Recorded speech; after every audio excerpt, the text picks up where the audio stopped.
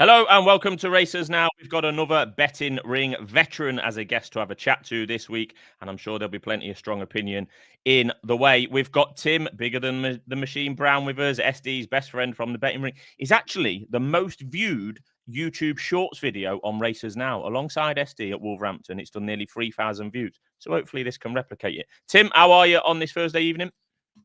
Well, just before we go on there, talking of views, I did a little guy came up to me at Cheltenham, never seen him before. I thought he was with his father. He said, "Do you mind if I do a quick video?" This was at the festival. No problem. 250,000 views after 2 days. He just attracts them. We call him Coronation Street. He just gets the viewers in, Tim.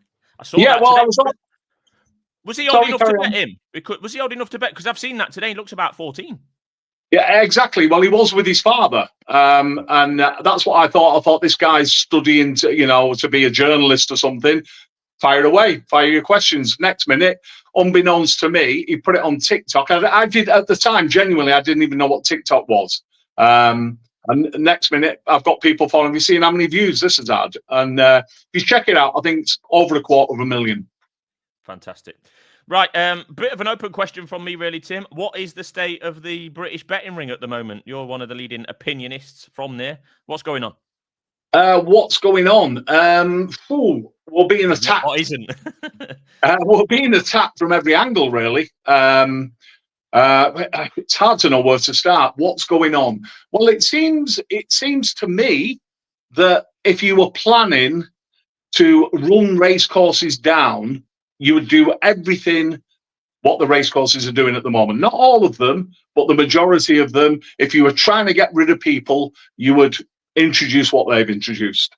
It is actually, it's comical. With some of the stories, you would think I was making it up. So I'll give you a quick example and you might think this is a joke, but it's actually true.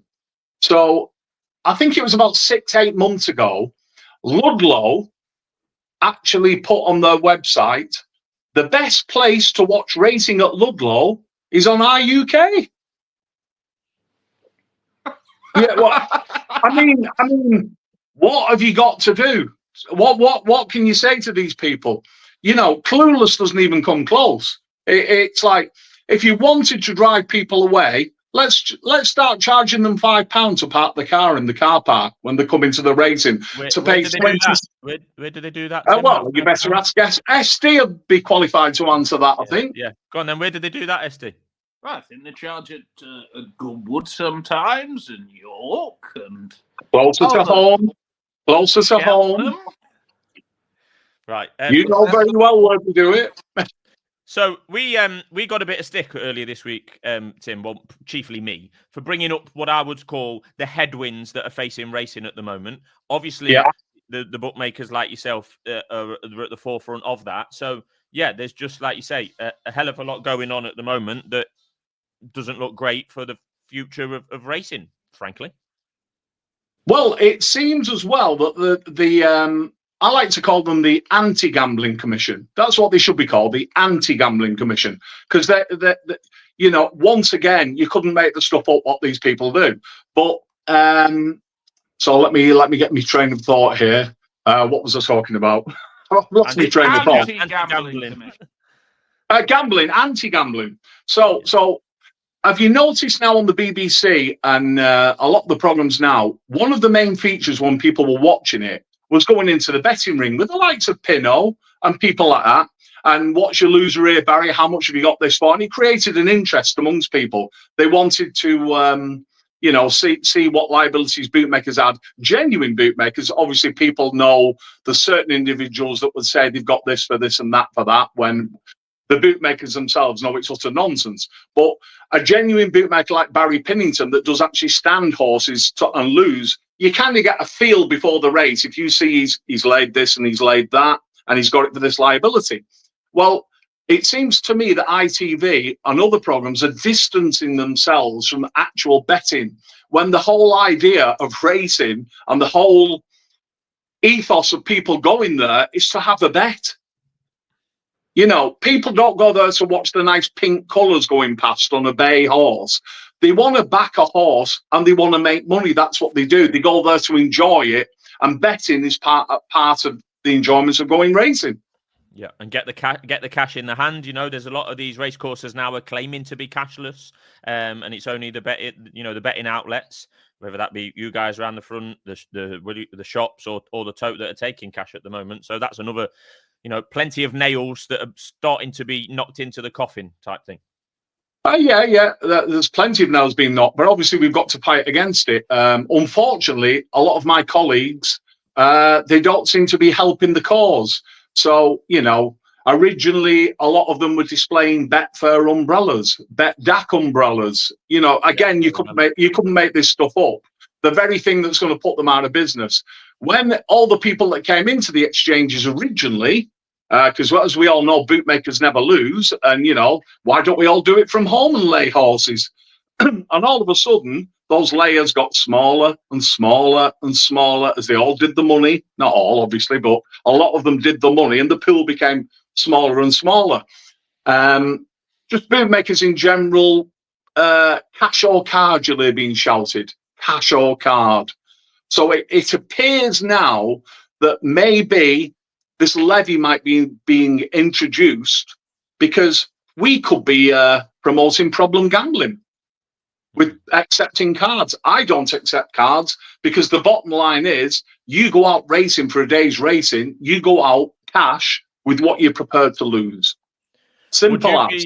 With you being cash only, Tim, are you a rarity in only saying that you cash? Because a lot of them take card but don't take a lot of it, so they offer the service. Are you one of the only ones that say cash only or not? No, there's quite a few of us that are sticking to the cash-only policy. Yet the race courses, again, not all of them, are advertising the place as cashless. Yes. No cash accept. I think I've got a picture of a Midlands course with outside cash not accepted. So theoretically, you and SD can turn up at a race course and you can't get in. You've got £200 in your pocket each, and you can't get into the race. So it's an absolute joke. You couldn't make this stuff up. SD, go ahead. No, I was just going to ask him about. You text me last week saying what was said about the SP was quote bollocks. Correct. So let's educate people on as to why it's bollocks. So you were painting a picture of the previous SP system as though it was a good thing and it was better for the punters. I hasten to say that the previous SP system and the current SP system have little or no resemblance to the prices being offered in the ring. The best value you can have your online, you can have your exchanges, you can bring whatever you want. The best value is in the ring, in the betting ring. So for example, race one, just give you an example, people will be saying, oh, well, they're bigger on Betfair. They're not bigger on Betfair at all. So for example, race one at Haydock at the last meeting, the favourite was 4-7. I think the SP returned. Could have 10-11 in the ring, by the way. The second favourite was 7-1. I think back down to 4-1. A fella came into me, had 4,500 to 1 each way. I think on Betfair it was 1.25 the place. Yeah. So he's getting 9-2. They cannot compete. They cannot compete overall with the on-course bootmakers. They can't compete with. None of them can. I think if you check this out, if you'd had a pound accumulator, the price is being offered in the ring.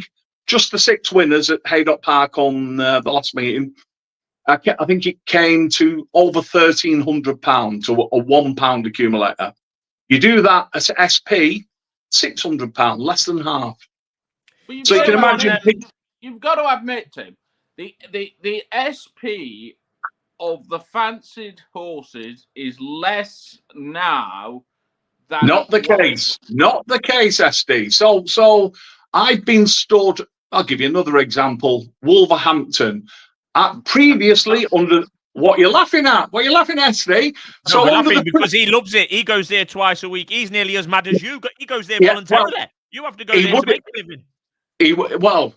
All I can tell you is this was happening, not a one-off. This was happening on a regular basis. Horses were coming back. We used to call it the half-price sale. So horses were coming back 4-1 that was freely offered in the ring. It was just beyond a joke. Of course, we all remember the all-time classic, don't we, under the old SP system. Now, mate, have you shut the front door in the houses? Yeah. Because the SP was 6-1 when 95, 6, 7% of on-course bookmakers were 10-1. That's the biggest race in the world, the Grand National, under the old SP system. Absolute disgrace. But, as you quite rightly say, horses are being returned now. I think, as you say, East Street, it was returned 4-7, race 1 winner at Haydock Park last meeting. Yeah. I think you'll find in the ring it was probably 4-5 at the off. This is to good money as well. I'm not talking to 5s and 10s. This is to good money. So my question is, does the old system, i.e., for those that don't quite know that are listening, the old system was chiefly decided by the guys like yourself on the racecourse, and the new system is chiefly decided by those not on the racecourse. Do you care that you guys don't decide the SP anymore, and has the SP being taken away from the racecourse in a nutshell? Has that made a difference to your business, or do you just carry on pricing up as you used to anyway? No, it's made very little, because there was very few people that on course in the bookmaking fraternity, and it was a small sample, and the word sample is the key word, that were being used to return the SP system. Again, if you looked into it, you just couldn't believe what was going on. Usually the strongest books would be kept out of the sample. I wonder why that was. So you had horses being returned that were just, we'd hear it'd be laughable going down to post at Haydock Park, and I always remember one of the Tories, and it's the 11-10 favourite, looking very well here as he's going down to post for a 7 furlong race, and we were shouting 9-4, 9-4. It's just unbelievable. So I'll put this question to you guys. Obviously, we all remember Dettori Day. Yeah? Well, I was a very young lad then, but... Yeah. I was at Worcester. Okay. What price under the current system? Now, remember, guys, that apparently they had £100 million liability going on to Fujiyama Crest. Yeah? What price would that be returned now under the current system? It returned 9-4. It returned 9-4. What price would it be returned now? Well, it'd be even money. It'd be worse than that. Yeah, even money. Yeah, so we both come to the same answer there straight away. Well, do you remember when Dettori, when he had that first 3 at Royal Ascot? I remember that. Yeah, I was there. I was there. So the fourth one should have won. Turganov, it was called. Should have won.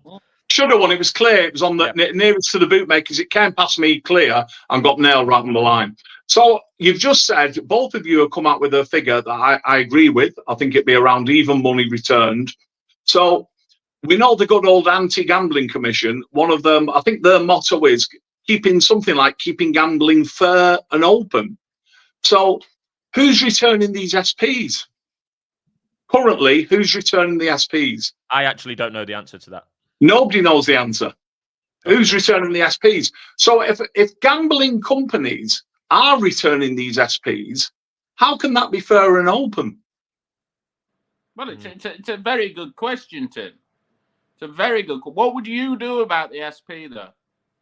Well, personally, what I would do, I think the way round it would be to connect all the laptops, the technologies of the on-course bookmakers. I think,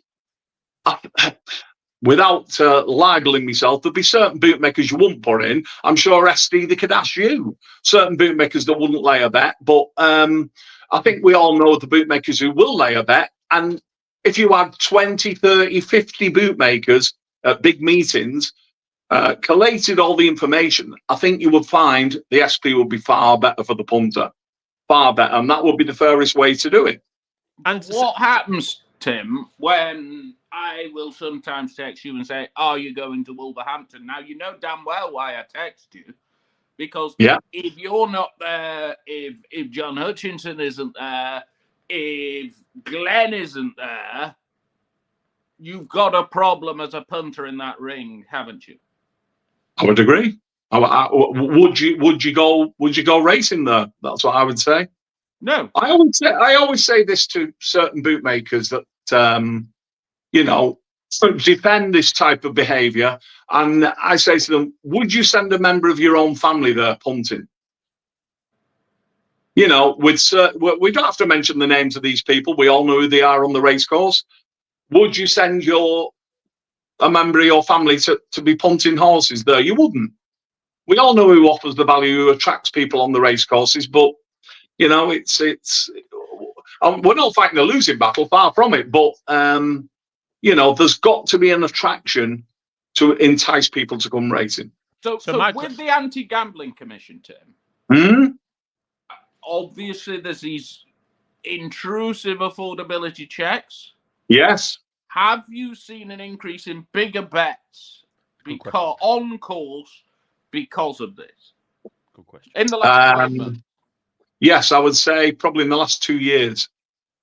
Yeah. And do you have thresholds? Do you have thresholds, Tim? If someone's, I know what they are, but I don't want to say them publicly. But do you have thresholds whereby if they've staked, regardless of whether they win or not, if they stake X amount, you have to ask them for ID? Do you have to do that or not? No. So obviously, who I work for, they have to do that. Yeah. I can understand that, but the good thing with us, there might be an ulterior motive for the people you work with, because once you've got their ID and the winners, I think they might go missing. Whereas you've not that problem on the racecourse. We don't bar winners. We don't restrict them. That's not entirely true. Obviously, if JP McManus came up to me and asked me for 45,000 to 20,000, I wouldn't be laying him. I'd probably lay him 5,000, being honest. But we do lay bets. We lay big bets. It's to real money. And, somewhere down the line, someone's got to stand these horses. Somebody's actually got to lay a bet, because it's kind of like a food chain that it goes through, where it seems all the clever boys don't want to stand a horse anymore. Yeah. So my question is, SD tells us every week until he's blue in the face that the value's in the ring. You're telling us that the value's in the ring. But what can you do about it to get the word out there? Because as we've said, ITV aren't helping you get the word out there. The race courses aren't helping you get the word out there.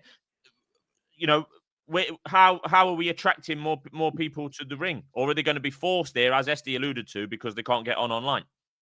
Well, that's happening at the moment, but I think the racecourses are going to play the part. They've got to start waking up and smelling the coffee, because eventually, a very, very low bar, though. They're starting from a very low bar.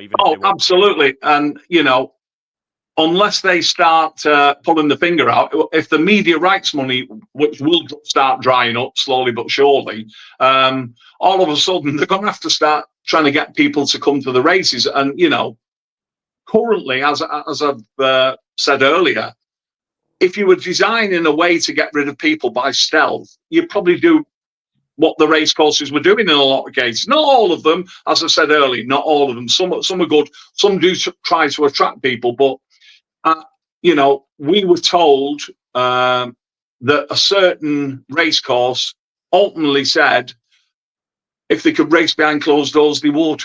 I've been saying that to SD for years. I'm surprised it's not happened. I'd have lost money, actually. I'd have lost money on a 10-year bet of having bags racing, basically. I'd have lost. Yeah. But at Wolverhampton, Tim, at Wolverhampton, let's just go into this. How much does it cost you to stand on a Monday? Roughly about 130 quid. Okay, that's the betting badge. Then obviously I'm a member, but if you were paying, it's probably about 25, 20, 25 to get in. You've got your fuel to get there. Then you pay for the computer, which the servicing, which is another £25. Hiring a joint, if you hire a joint, another £25. So before you know it, you're up to £200 before you strike a bet.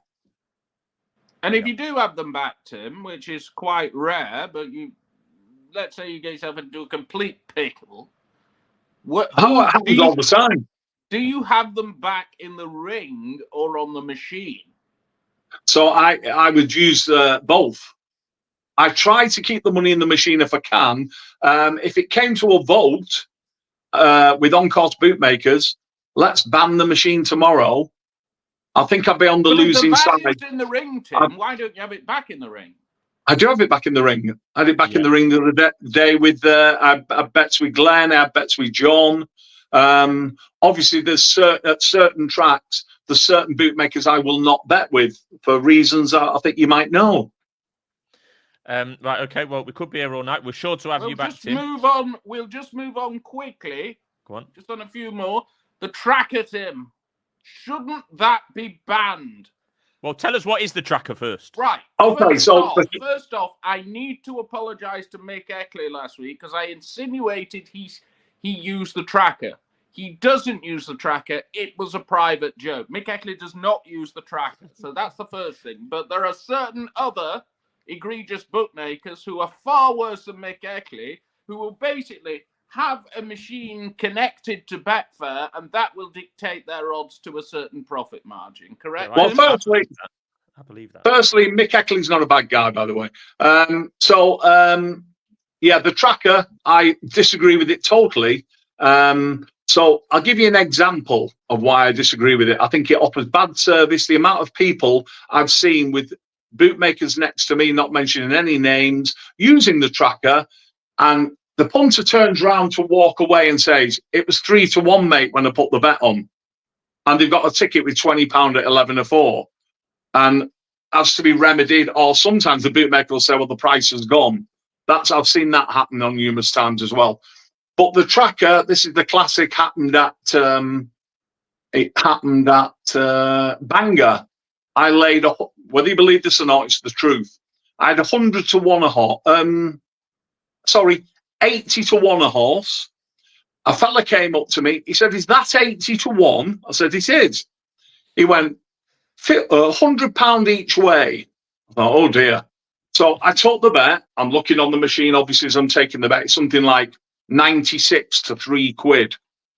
I took the bet, £100 each way. He goes, June, do you want to back it as well? She stood next to him. She goes, "Oh, yes, I'll back it as well." I'm expecting £5 each way, £50 each way. So I've now taken £150 each way in an 80-1 shot. So I can have it back in the ring with a few bootmakers because I ain't going to be losing on an 80-1 shot. So I'll not mention the bootmaker's name, but if he's watching this, he will know. He will verify this. He's on the tracker at Bangor. So I basically want to get rid of all this. I'm not going to lose on an 80-1 shot. And the horses, obviously, these are connected to it, so whatever. So I go up and I said, "You want £100 each way at 80-1? He said, "Yeah," took the bet. The tracker moved it to 100-1. So he's taken the bet off me. This is the God's honest truth. He's taken the bet off me, 100 each way at 80s. As I'm turning to walk away, the guy on the joint for him started laughing. I look back, it's 100-1. So I now have 50 each way at 100-1. You couldn't make this stuff up, but that's what happened. That's why the tracker, can you imagine you go in there and you have a 300-1 a horse. As you turn around with your ticket and walk away, it's 100-30. What's going on? Because the bootmaker's not controlling it. He should be reducing the price or whatever to his liability. But if he's just going to take it all and, bang it on an exchange or whatever, I don't know. I just think it's bad service. You're making the punters look like idiots. Yeah, it's just commission agents. It's no better than Chesterbet. There you go. You said it. Just on this, Tim, as well. So you've alluded to earlier, you lost, I think it was in the Racing Post, you lost 9 bags at Cheltenham, didn't you? I got away with it, yeah. Right. But is racing, obviously there are too many fixtures. I don't think I'm telling anyone anything new. So the racing is becoming less competitive. You sound like me. And with that, more fancied horses will win. So is that a concern for your modus operandi, especially over jumps? No, I'll continue doing the same. The favourite will always be a loser. Even if I fancied the favourite, I might not have it for as much, but I would still have it a loser because I wouldn't sleep at night. If I got home, can you imagine getting home from Cheltenham and you look at the results, 16-1 winner, 8-1 winner, 13-2 winner, 16-1 winner, and so on, and you come home and say, I've lost. That, to me, is just madness from a bookmaking point of view. Now, I'm not knocking those guys, and again, we could name certain individual bookmakers, and good luck to them, that lay the rags, and that's fine. No, we need these people in the ring because they're offering a service. They want to get all the rags in. Good luck to them. For me, that I wouldn't say it's not bookmaking, but, you know, I want to be a traditional bookmaker where the word result means result. You've got a result there. Can you imagine 20-1 shot wins and SD shouts, well, one for Tim. And I've done £2,000 on it, 20-1. What's going on? So my question is then, quite a blunt question. With that modus operandi, which is perfectly fine and respectable, do you make that pay on an annual basis? For 40 years. Well, that's a what you've got to look at is I'm betting out of positions that would be regarded as very poor positions. I'm not betting in prime pitches. I'm betting in poor positions. I go out virtually every day I can, and I make it pay. So you can draw your own conclusions from that. Right. Okay. Before we wrap just up, one last one. Right. Go on. Each way terms, Tim. Right. Mm-hmm. This people are saying come racing, but unless you're there or somebody else, and you basically you go south of Birmingham, you're snookered. Why can't bookmakers go a quarter first four and a 16? Well, they can go a quarter first all. They choose not to. Well, why can't the rules be changed? It should be in the regulations. Absolutely it should. But unfortunately, when the regulations were changed, you have bookmakers. Some were betting a sixth. Some were betting an 8. Some were betting a 12. A 12 on the derby. I actually witnessed that. And they were getting away with it. But some of the guys betting now in the betting ring were betting a 5th on the Grand National. No qualms about it at all. A 5th on the Grand National. For me, I couldn't do that. I just couldn't do it. Because the online boys do it. The online boys I'll give you a little exclusive here. SD might know about this, but I actually approached a member of the Jockey Club with a proposal. Now, the Jockey Club are very, very keen on you not putting your umbrella up. They don't like umbrellas because, as you know, they attract lightning. So they don't like umbrellas. So I made this proposal to, that was a joke about the lightning, by the way, straight over your heads. But anyway, I said to them, I will bet a quarter the odds. I mean, I'm deadly serious. Novice hurdles, nurseries, anything with 16 runners or more. It doesn't matter what the race is, the mascot race, whatever you want. I will bet a quarter the odds on every single one of those. Every single one. If you allow me to leave my umbrella up. And the ball is currently in their court. And can they stop you using your umbrella? Yes. Oh, wow. It's part of the T's and C's. Even when it's raining?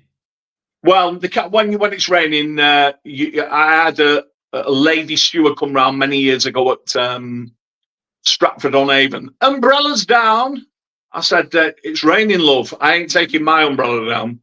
So, but there's no way I would take my umbrella down during any rain. But you're obliged to take it down when it's not raining. Apparently, we're obscuring the view of the public, which is fair enough. Right, where are you betting this weekend then, Aintree? Yes, this is what I want to know.